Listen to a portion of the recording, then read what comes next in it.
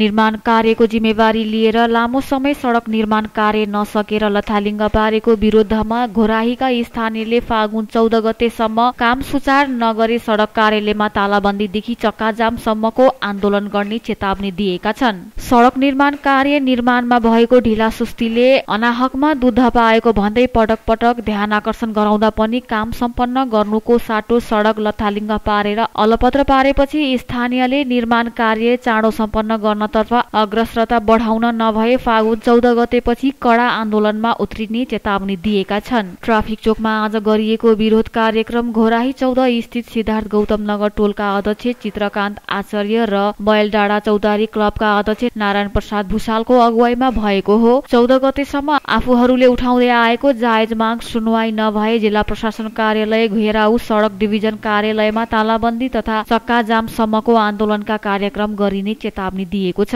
2070 सालदेखि निर्माण थलानी गरेर अहिलेसम्म पनि सडक निर्माणको काम सम्पन्न नगरी ठेकेदार कम्पनी बेपत्ता हुँदा पनि सडक डिभिजन कार्यालयले चासो नलिएर नागरिकलाई दुःख दिएको, निर्वाचनका बेला सडक पूर्वाधार सुशासन लगायत सस्तो नारा लगाएर जितेर केन्द्र र प्रदेशमा पुगेका सांसद मन्त्रीले नागरिकको दुःखमा साथ नदिएको तथा बढ्दो आर्थिक संकटका बेलामा पनि व्यवसायीका पक्षमा कुनै कुरा सम्बोधन नगरेको गुनासो गर्दै आन्दोलनमा उत्रिनु परेको दाङ जिल्ला उद्योग वाणिज्य संघका अध्यक्ष टङ्कसिंह बुढाथोकीले बताउनुभयो। सडक पूर्वाधार निर्माणमा भएको ढिलाइ र लापरवाहीले व्यवसायीलाई विभिन्न समस्या थपिनुका साथै मानव स्वास्थ्यमा पनि असर गरिरहेको बेलामा पनि सरकार मुकदर्शन भएको बताउनुभयो। स्वर्गद्वारी यातायात व्यवसायीका वसन्त अधिकारीले जनतालाई ढाल बनाएर सत्तामा पुगेका नेताहरूले आफूले गरेका वाचा भुलेको बताउनुभयो। सडक अस्तव्यस्त भएको बेलामा पनि चिल्ला गाडीमा हिँड्ने नेताहरूले जनताको शास्ति भुलेको प्रति आक्रोश पोख्नुभयो। सिस्नुपानी नेपालका अध्यक्ष डाक्टर लोकराज पराजुले नागरिकको पक्षमा नेताहरू गम्भीर बन्न नसक्दा व्यवस्था बदलिए पनि अवस्था बदलिन नसकेको बताउनुभयो। कटुवा खोला तुलसीपुरको चोक सडक पटक पटक म्याद भएर पनि काम नगर्ने ठेकेदारलाई म्याद गुज्रिएको लामो समय भइसक्दा पनि कारबाही नगर्ने, काम पनि नगर्ने अवस्थाको अन्त्य गर्दै अविलम्ब सडक निर्माण र मर्मत कार्य अघि बढाउन दबाब दिएको छ।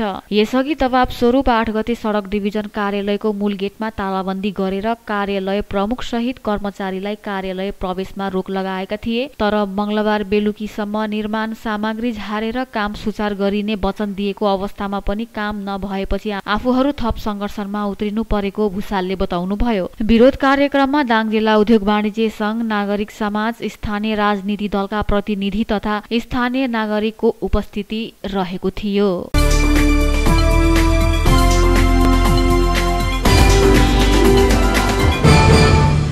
लुम्बिनी प्रदेशका स्वास्थ्य मन्त्री विष्णु पन्थीले तुलसीपुर उपमहानगरपालिकाको गेटमा हात्तीपाइले रोग विरुद्धको औषधि सेवन गरेर अभियानलाई उद्घाटन गरेका छन्। मन्त्री पन्थीले अभियानलाई उद्घाटन गर्दै आम नागरिकलाई हात्तीपाइले रोग विरुद्धको औषधि सेवन गर्न आग्रह गरेका छन्। मैले पनि हात्तीपाइलेको विरुद्धको औषधि सेवन गरिसके, तपाईहरूले पनि सेवन गर्नुस् र जिल्लालाई हात्तीपाइले रोग मुक्त बनाउनुस्, उहाँले बताउनुभयो। मन्त्री पन्थीले उद्घाटन कार्यक्रमलाई सम्बोधन गर्दै लुम्बिनी प्रदेशका हात्तीपाइले रोग मुक्त बनाउने लक्ष्य रहेको बताए। उनले लुम्बिनीका दाङ, बाँके र कपिलवस्तुमा अन्तिम पटक हात्तीपाइले रोग विरुद्धको अभियान सञ्चालन गरेको बताए। त्यस्तै तुलसीपुर उपमहानगरपालिकाका प्रमुख टीकाराम खड्काले यो अभियान अन्तिम पटक भएकोले सबैले सेवन गर्न आग्रह गरेका छन्। हात्तीपाइले रोग विरुद्धको औषधि खुवाउने अभियान आजदेखि सुरु भएको छ। बिहिबार फागुन 11 देखि 25 गतेसम्म अभियान सञ्चालन हुनेछ।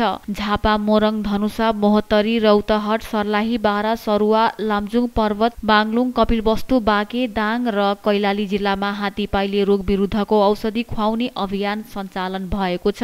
2 वर्ष उमेर पूरा भएका सबैले यो औषधि खानुपर्छ। तर 2 वर्ष नपुगेका बालबालिका, गर्भवती, 7 दिनसम्मका सुत्केरी र चिकित्सक भई ओछ्यानमा परेका बिरामीहरूले भने हात्तीपाइले रोग विरुद्धको औषधि खान नहुने स्वास्थ्य मन्त्रालयले जनाएको छ। तालिम प्राप्त स्वास्थ्य कर्मीले वडा कार्यालय, स्वास्थ्य संस्था, सामुदायिक भवन, विद्यालय, सहकारी धार्मिक स्थल आदिमा बुथ राखेर औषधि खुवाउने भएकोले आफूहरूलाई पायक पार्ने स्थानमा गएर औषधि खान मन्त्रालयले अनुरोध गरेको छ। औषधि सेवनले हाम्रो शरीरमा हात्तीपाइले रोगको परजीवी भए नष्ट गर्ने र हात्तीपाइले रोगबाट बचाउने स्वास्थ्य कर्मीको भनाइ छ। लामखुट्टेको टोकाइबाट सर्ने हात्तीपाइले रोग लागेमा खुट्टा, स्तन र अण्डकोश सुन्निन्छ र मानिसको ज्यान पनि जान सक्छ।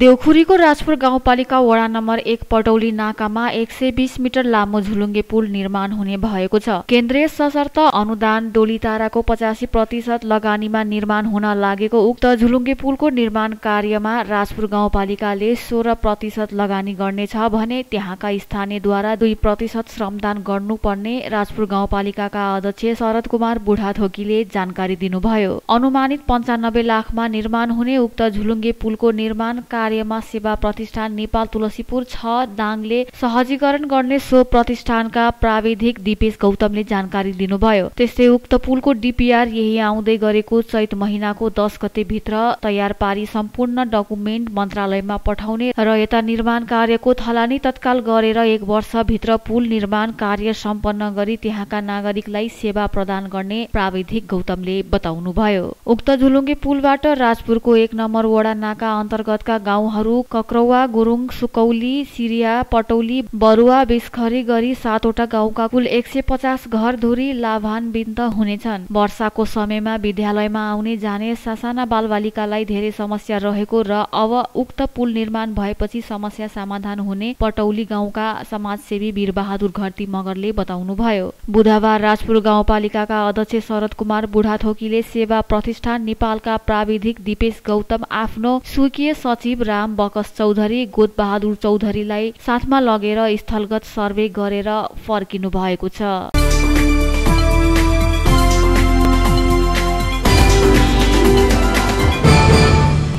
बर्दियामा चितुवाको आक्रमणमा परि उद्धारकर्मी सहित 3 जना घाइते भएका छन्। बर्दियाको मधुवन नगरपालिका वडा नम्बर 2 स्थित बंगालीपुरमा बाख्रा चराउन गएका 70 वर्षीय फूलराम थारूलाई चितुवाले 81 झप्टेपछि उद्धार गर्न पुगेका डिभिजन वन कार्यालय बर्दियाका कर्मचारी 40 वर्षीय धर्मराज चौधरी समेत घाइते भएका छन्। जंगल किनारा बस्ती नजिकको झाडीमा चितल शिकार गरी खाइरहेको चितुवाले बाख्रा चराइरहेका फूलरामलाई देखेपछि 81 पछाडिबाट टाउकोमा आक्रमण गरेको डिभिजन वन कार्यालय बर्दियाका अधिकृत डोनराज शर्माले बताउनुभयो। उहाँले सहितको टोली लिएर उद्धारका लागि पुगेका वन कर्मचारीलाई चितुवाले हातमा आक्रमण गरेको छ। सोही क्रममा 15 वर्षीय बालक विनय चौधरीको ढाडमा चितुवाले चिथरेको अधिकृत शर्माले जानकारी दिनुभयो। 70 वर्षीय वृद्धको टाउकोमा 4 वटा टाका लगाइएको छ। तीनैजनाको अवस्था खतरा मुक्त रहेको उहाँले बताउनुभयो। मधुवन क्षेत्रको वन्यजन्तु आक्रमण रोक्न फेन्सिङ वायर लगाउनु पर्ने शर्माले बताएका छन्। वन कार्यालयले घाइतेहरूको निशुल्क उपचार गर्ने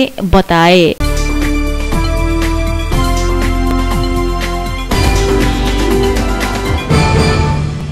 कर्णाली प्रदेश प्रहरी गणमा 1 जना प्रहरी जवानले आत्महत्या गरेका छन्। बिहिबार बिहान 2:56 को समयमा ड्युटी बसिरहेको समयमा प्रहरी जवानले एसएलआरबाट दाहिने साइडको कञ्चटामा गोली हानी आत्महत्या गरेको हो। दार्चुलाको आपी नगरपालिका 6 घर भएका 26 वर्षीय कविन्द्र विकले आफ्नै कञ्चटामा एसएलआर गोली हानी आत्महत्या गरेको कर्णाली प्रदेश प्रहरी कार्यालयले जनाएको छ। उनको दरबन्दी कालीकोटको प्रहरी चौकी सुकाटियामा रहेको थियो, तर उनी कर्णाली प्रदेश प्रहरी गणमा कार्यरत रहेका थिए। घटनाको थप अनुसन्धानको लागि जिल्ला प्रहरी कार्यालय सुर्खेतबाट प्रहरी निरीक्षक मिलन पाण्डेको कमान्डमा 8 जनाको प्रहरी टोली खटिएको प्रहरीले जनाएको छ।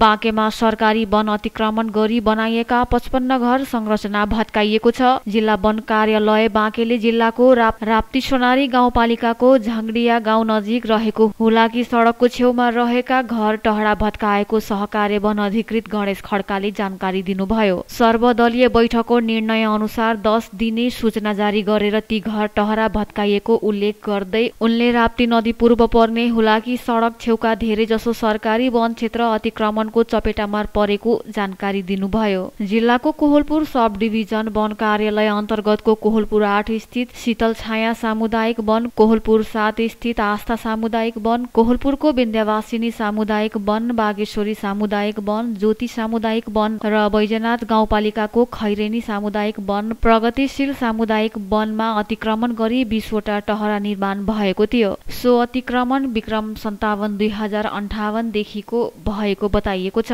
सिक्टा सब डिभिजन वन कार्यालय अन्तर्गत राप्ती सोनारी गाउँपालिकाको वडा नम्बर 1, 3, 4 स्थित रामजानकी, बागेश्वरी, लामीडाँडा, गाईलेक, सुनधारा सामुदायिक वनको जग्गा अतिक्रमण भएको छ। सो अतिक्रमण हटाइएको र पुनः बसेकोले हटाइएको छ। त्यहाँ अतिक्रमण भएको वन करिब 42 हेक्टर रहेको छ। नरैनापुर सब डिभिजन वन कार्यालय अन्तर्गत वडा नम्बर 1, 2, 3, 4, 5, 6 का किसान झर्नीका गाँझी, शान्ति, समीर, सदाबहार लगायतका सामुदायिक वनको करिब 175 हेक्टर क्षेत्रफलको वन अतिक्रमण भएको जिल्ला वन कार्यालय बाँकेले जनाएको छ। नेपालगञ्ज सब डिभिजन वन कार्यालय अन्तर्गत डुडुवा स्थित हजरत झोरा भवन पूर्वा सामुदायिक वनको करिब 32 हेक्टर क्षेत्रफलमा अतिक्रमण भएको बताइएको छ। राप्ती सब डिभिजन वन कार्यालय अन्तर्गत समय, भवानी, सुनखोली, श्रीदेश्वरी, कर्णोराज, राप्ती पीडित, भगवती, कुसुमिया, सिद्धबाबा लगायतका सामुदायिक वनको करिब 190 हेक्टर क्षेत्रफल अतिक्रमण भएको छ।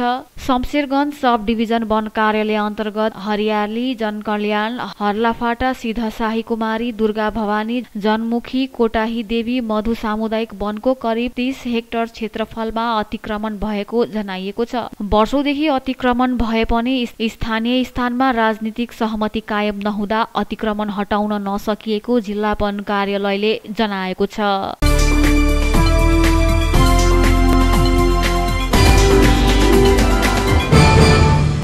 कपिलवस्तुमा छोराले बाबुको हत्या गरेका छन्। आफ्नी श्रीमती र बाबुलाई आपतजनक अवस्थामा देखेपछि हत्या गरेको उनले स्वीकार गरेका छन्। जिल्लाको शिवराज नगरपालिका 10 शीतलापुरका 30 वर्षीय मणिराम पासीले आफ्नै बुबा 64 वर्षीय मगेरे पासीको हत्या गरेका हुन्। हत्यापछि मणिरामले घटनालाई आत्महत्या भनी देखाउन सबलाई डोरीमा बाँधेर झुण्डाएका थिए। घटनाबारे थाहा पाएपछि प्रहरी पुग्दा बुधबार बिहान पासी आफ्नै घरमा झुण्डिएको अवस्थामा मृत फेला परेका थिए। घटना शंकास्पद देखेपछि प्रहरीले अनुसन्धान सुरु गरेको थियो। हत्यामा संलग्न मृतकको छोरा मणिराम र बुहारी 26 वर्षकी मीना पासीलाई प्रहरीले नियन्त्रणमा लिई थप अनुसन्धान भइरहेको वडा प्रहरी कार्यालय चन्द्रौटाका प्रमुख कपिलजङ शाहीले बताउनुभयो।